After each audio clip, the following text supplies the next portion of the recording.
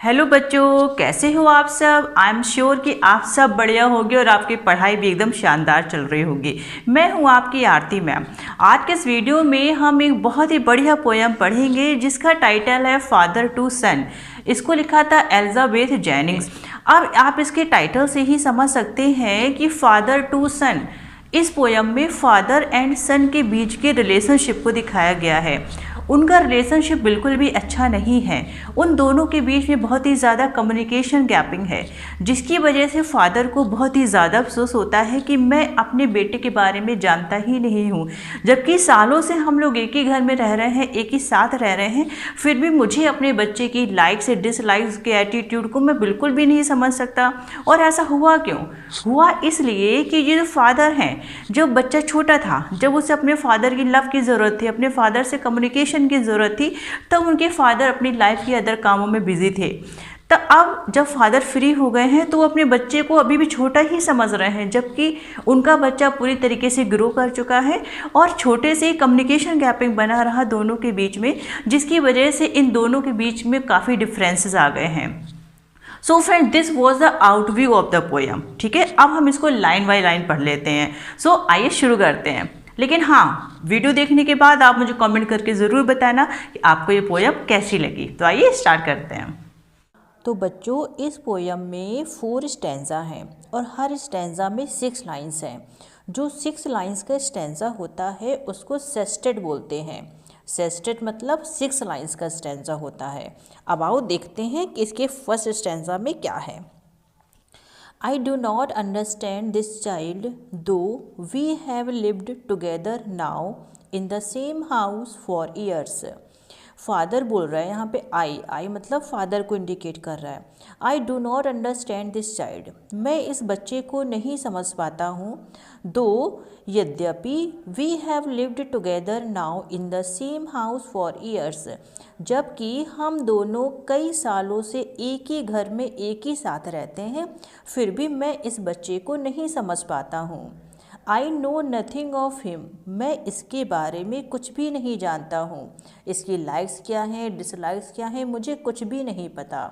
So try to build up a relationship from how he was when small, इसलिए अब मैं कोशिश कर रहा हूँ एक रिलेशनशिप बिल्ड करने का, एक रिलेशनशिप बनाने का। From how he was when small, कि कैसे जब ये छोटा था तो ये कैसा था। मीन्स अभी इसका मतलब ये हुआ कि अब जो सन है वो छोटा नहीं रहा, अब वो बड़ा हो गया है, लेकिन उसके पापा अभी भी उसको छोटा ही समझते हैं।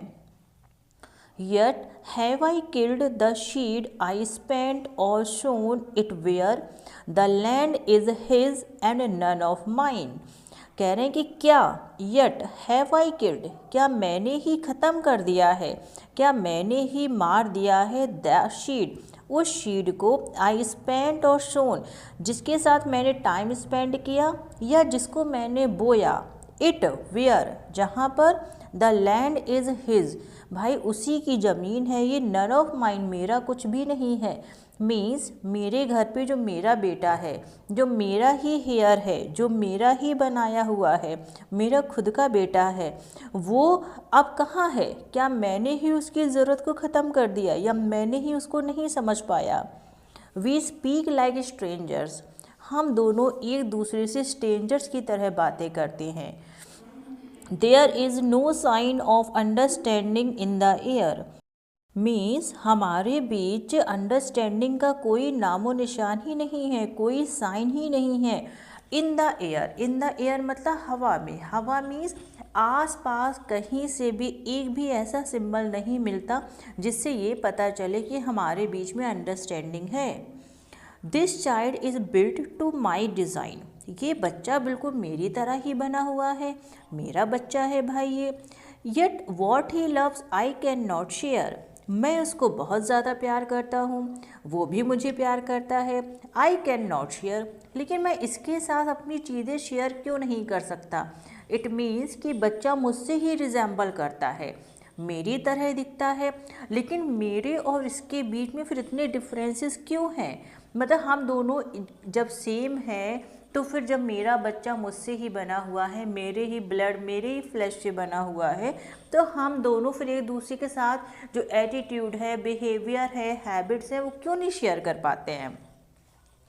साइलेंस सराउंड्स अस, हमारे चारों तरफ क्या होती है, केवल साइलेंस होती है। I would have him prodigal, मैं उसे बहुत ज़्यादा प्रोडिगल बनाऊंगा। प्रोडिगल का मतलब होता है जो बहुत ज़्यादा पैसे खर्च करता है, एक्स्ट्रा विजेंट होता है। Returning to his father's house the home he knew, मैं चाहता हूँ कि वो अपने पापा के घर में वापस आ जाए, मीन्स वो उसके ही घर में, वो अपने घर में वापस आ जाए। द होम ही न्यू, क्योंकि वो घर जिसको वो कई वर्षों से जानता है।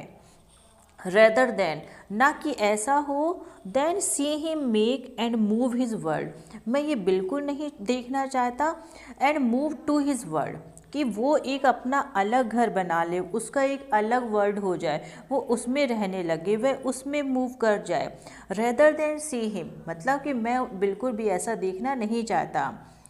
आई वुड फॉरगिव हिम टू, मैं भी उसको माफ़ करने के लिए तैयार हूँ, मैं उसको माफ़ कर दूँगा। Shaping from sorrow a new love, हमारे बीच में जो दुख है उससे एक नया लव आएगा, और वो जो नया लव होगा वो हमारे बीच के रिलेशंस को, हमारे बीच के प्यार को ये शेप देगा। मीन्स हम एक अब नए तरीके से रहेंगे, हमारे बीच में जो डिफरेंसेस हैं वो ख़त्म हो जाएंगे। हम जो एक दूसरे से नहीं बात करते, एक दूसरे के साथ स्ट्रेंजर्स की तरह बिहेव करते हैं, उस सौरों से एक नया लव निकल के आएगा और उससे हम दोनों की ही लाइफ शेप में आ जाएगी। इसका लास्ट स्टेंजा पढ़ते हैं अब। Father and son we both must live on the same globe and the same land, इस स्टेंजा में अभी तक फादर एड्रेस कर रहे थे, अब लास्ट स्टेंजा में बच्चा बोल रहा है, मीन्स सन बात करेगा, वो भी फर्स्ट टाइम इस पोयम में। कहता है कि फादर और सन, हम दोनों को ही, we both must live on the same globe and the same land, हम दोनों को ही सेम वर्ल्ड में रहना है, सेम ज़मीन में रहना है, मीन सेम घर पे रहना है हमको, हम दोनों को साथ में ही रहना चाहिए। ही स्पीक्स, वो कहता है, मीन्स सन कहता है, I cannot understand myself, मैं अपने आप को नहीं समझ सकता। Why anger grows from grief, कि उस गुस्से से, वो उस दुख से वो गुस्सा कैसे बढ़ जाता है, कैसे गुस्सा निकल जाता है। We each put out an empty hand, हम दोनों के ही हाथ कैसे हैं, एम्प्टी हैं। Longing for something to forgive, और ये लॉन्गिंग काफ़ी टाइम से ये डिज़ायर है कि हम दोनों ही एक दूसरे को माफ़ कर दें।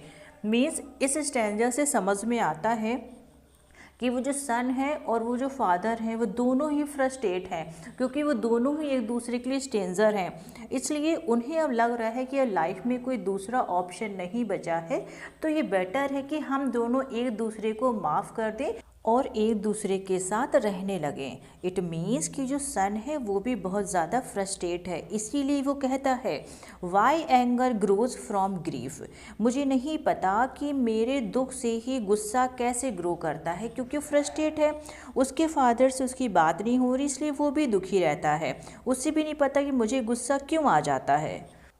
और इसी के साथ ही पोयम फिनिश हो जाती है।